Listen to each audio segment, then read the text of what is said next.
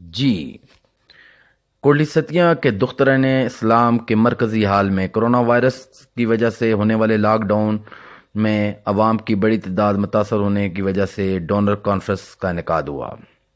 جس میں M P اے major Altaf ستی، ترجمان پنجاب حکومت سماویہ طاہر ستی، میجر گستاسب ستی، راجہ محمد احسان ستی، فیصل امین ستی، عاطف جمیل ستی، راجہ تاشفین، آفتاب ستی، طارق عزیز ستی، فرز ستی، طیبہ ناز کاظمی، سہرش ستی، نویس ستی اور اہل علاقہ کی بڑی تعداد میں شرکت۔ اس موقع پر ایم پی اے پی پی 6 میجر الطاف ستی نے کہا کہ ہم اپنی تحصیل کوٹلی ستیاں کے حوالے سے فنڈ ریزنگ کا آغاز کر رہے ہیں اور اپنے علاقے کے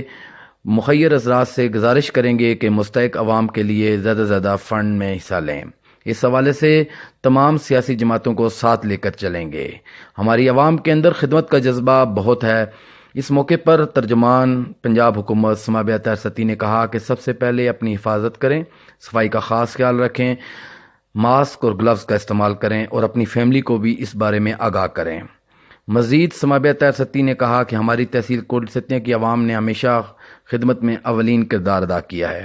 ہمارا سفید پوش طبقہ بھی اس کرونا وائرس کی وجہ سے سخت متاثر ہوا ہے اور عوام کی زندگی پر اس نے بڑے منفی اثرات چھوڑے ہیں، اور سفید پوش حضرات کسی کے سامنے ہاتھ نہیں پھیلا سکتے۔ کوشش کریں کہ لوگوں کا برم بھی قائم رہے اور عوام کی خدمت بھی ہو سکے اور مستحق لوگوں تک ان کی امداد بھی پہنچائی جا سکے۔ اس حوالے سے فیصل امین ستی، راجہ احسان ستی اور عاطف جمیل ستی نے مختلف